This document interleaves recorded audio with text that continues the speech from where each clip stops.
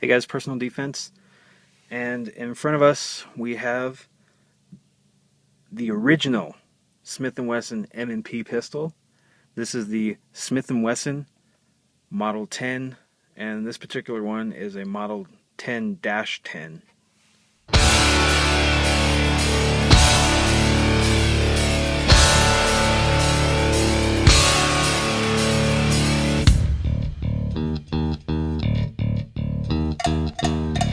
But, I had seen sometimes police trade-ins or stuff like that, they offer like a $10 extra for the hand-picked, quote-unquote hand-picked, and this one didn't have that.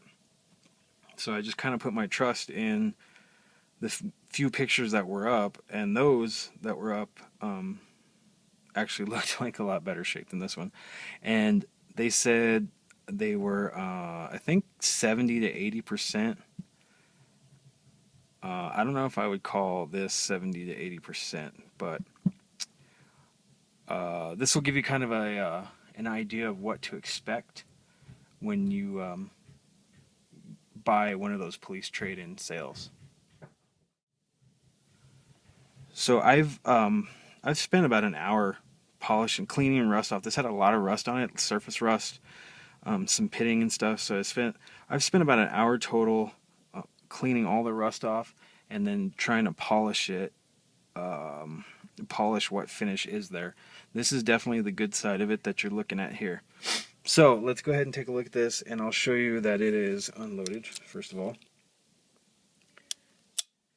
Alright, so this is the Model 10, and supposedly this is a police trade-in.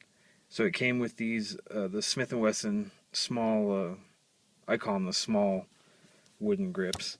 They're very small when you have them in your hand. So small to the point that they're almost too small for me. My wife likes the size of them, and that's, if you have small hands, these are perfect size. But this is pretty typical of a Model 10, these grips. And these grips show the front strap, or the back strap and the front strap. The wooden grips, I don't know, I mean, they're not in horrible shape, but they're definitely not good shape. The medallions are still in pretty good shape, though, on them. I've had some wooden grips before where the medallions were just, like, worn off to nothing. So, I guess that's a plus. And the wood's not in bad shape. It looks to be walnut, I think. This side, with the Smith & Wesson etched into it, the finish is pretty, I don't know if it's not really dinged up, it's just kind of worn off, I guess. And I think it's from rust, because it was pretty rusty, all these spots with no finish, it was pretty rusty. You can see there's still some rust left in the trigger guard here I didn't get. And then here, that spot there was rust there, and it cleaned off to no finish. The cylinder is actually in pretty good shape. Actually, I think the cylinder is the best part of this entire Revolver. Let's see if I can get good lighting on it. You can see, aside from the line across there, which is fine, the cylinder is not very dinged up or scratched up, and the finish is still pretty good on it, which is surprising compared to the rest of this. So, let's see if I can get a close-up on this here. You can see all along the top here, it's just, the finish is just gone. It's pretty much bare metal.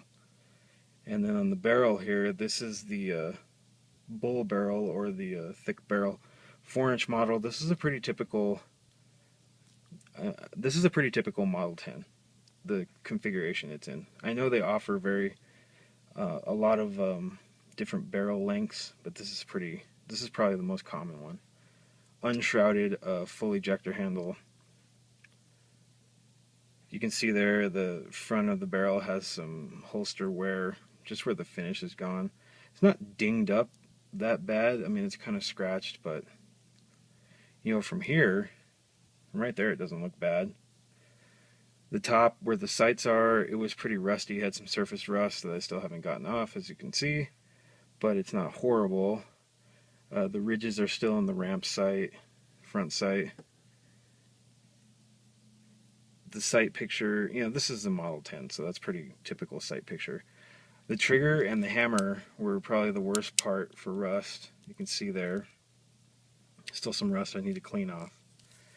This side is definitely the worst side, and I don't know why. I'm wondering if maybe the person who owned this or used this was left-handed. Maybe that's why all this finish is gone on this side and not on this side.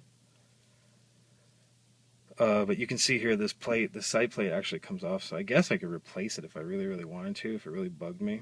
But it's not really scratched up. As you can see, it's shiny. The finish is just gone. It's just a bunch of pitting. Same thing on this side, the top here, the finish is just gone along the top. Cylinder doesn't look bad.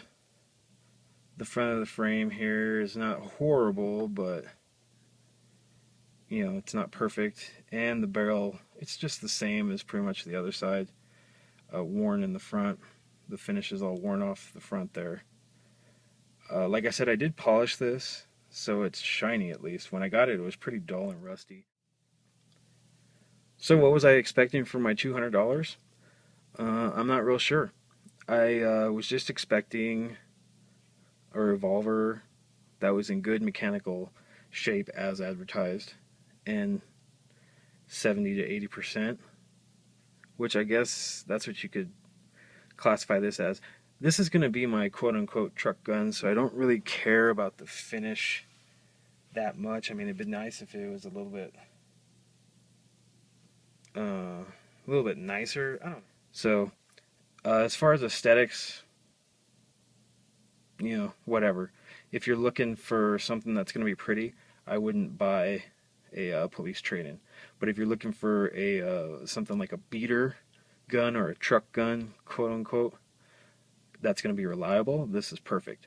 Or if you you know, you're thinking about maybe getting your first revolver, you don't want to spend the money, you know, on $500, $600, $700 on a revolver, a nice Smith & Wesson. This is a good way to get Smith & Wesson quality with, you know, a really cheap price tag. So it's a good entry level revolver, and you can get into it, see if you even like revolvers. This is chambered in .38 special. I don't know if I mentioned that. You can see if you even, you know, like revolvers or like the way they function, the way they feel, and you know, you're not into it too much money, $200. And I believe you could sell this for $200, no problem, get your money out of it. So it's a great starter entry revolver for someone who's not sure if they want revolvers, or it's a great, you know, vehicle gun, truck gun. Maybe you want to take it camping, you're going to throw it in the bottom of your bag or something like that. It's a great gun for that. I just really like these older Smith & Wesson revolvers, so that's why I got it. But anyway, that's kind of gives you an overview of what to expect when you buy a gun on the police trade-in sales. Thanks for watching.